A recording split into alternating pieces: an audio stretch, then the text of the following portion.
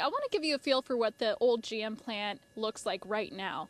This gate is completely locked and the parking lot is empty. People who live along this road are feeling nervous because they're seeing this. The situation is getting a little bit intense because the winds keep spreading the fire. You can see there are flames burning right over here. The neighbors here, after seeing what happened to these homes on this street, are definitely feeling a sense of urgency to protect their homes. You can see the jagged edges here shows that it was snapped right off of the tree, and that's one of the ways that the National Weather Service was able to come to the conclusion that a tornado had come here. Some parents are concerned that this location is so close to the school right down the street. They're recommending people go ahead and get a second ID just in case, so travelers like these travelers right here next year won't be out of luck. The more popular guns that are being sold here for women are the more compact ones. If you think of flooded out, you may think that the water came up to the dash level, but actually I'll show you,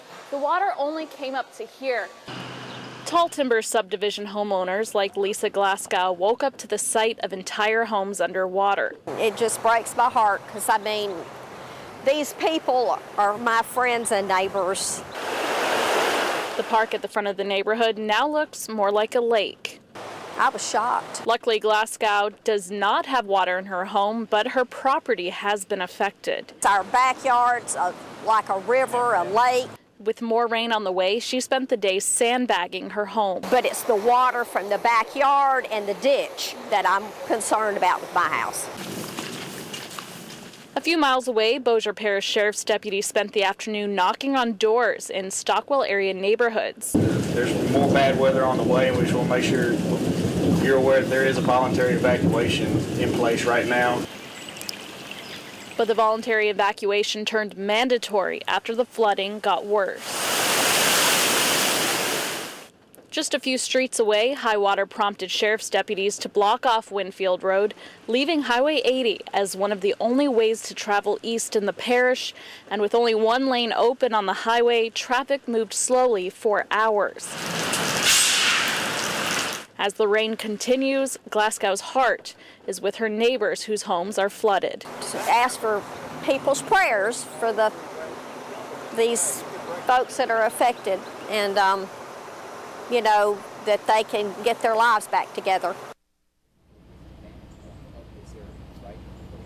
Now, I want to emphasize these evacuations are no longer voluntary. They are mandatory. The $975 million Bentler Steel and Tube Mill is now open for business with 315 employees. Construction wrapped this summer, but some contractors like Eric Odom say they are still waiting to get paid. I'm not really stirring the pot. I'm just trying to get what's mine. He says his business received payments for their work regularly until May. I mean, it was going fairly well, and then just like someone turned the faucet off and, you know, just quit. Odom says his company is owed $189,000. That's a considerable amount of money that's put me behind. Turns out Odom isn't the only one having issues. During a visit to the Caddo Clerk of Court's record room, we uncovered nearly 25 liens filed by contractors who claim they haven't been paid for their work on the mill either. Some of the money owed runs up into the millions. It comes down to protecting yourself. You have no choice. You try everything before that. That's the last resort. We reached out to Bentler Steel about the payment problems.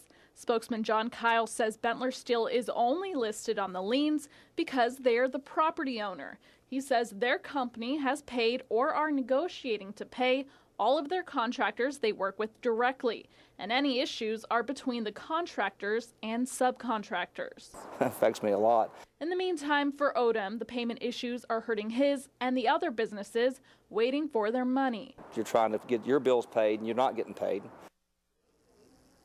And we did reach out to one of the main general contractors, Wallbridge Company, who is named in a majority of these liens. We asked for a comment about the payment problems, but have not heard back yet.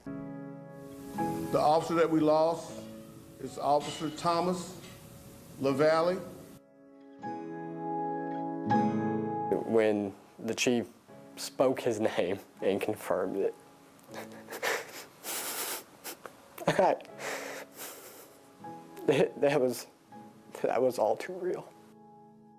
To his friends, Thomas LaValle wasn't just a close friend. He was family. I still can't believe it. A friend of Thomas's for years, Casey Habig refers to him as his little brother. And there's nothing that's going to replace him. He's just one of the greatest guys I think I've ever known, and I think the city had ever known, even if you didn't know him. Close friend Chris Redford can't imagine never hearing from him again. He's been family to us for so long. Thomas is described as a very motivated person. If he said he was going to do something, he was going to do it.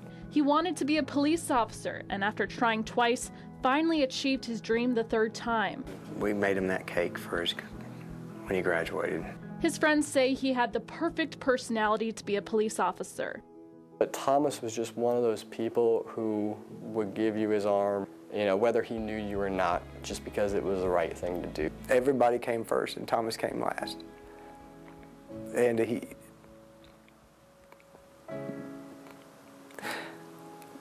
now it's his turn to come first. Thomas died doing what he loved, protecting others. I don't know what went on in that house for those few seconds, but I guarantee Thomas went in there with the idea that he was going to help. And I guarantee Thomas went in there with the idea that he was going to walk out.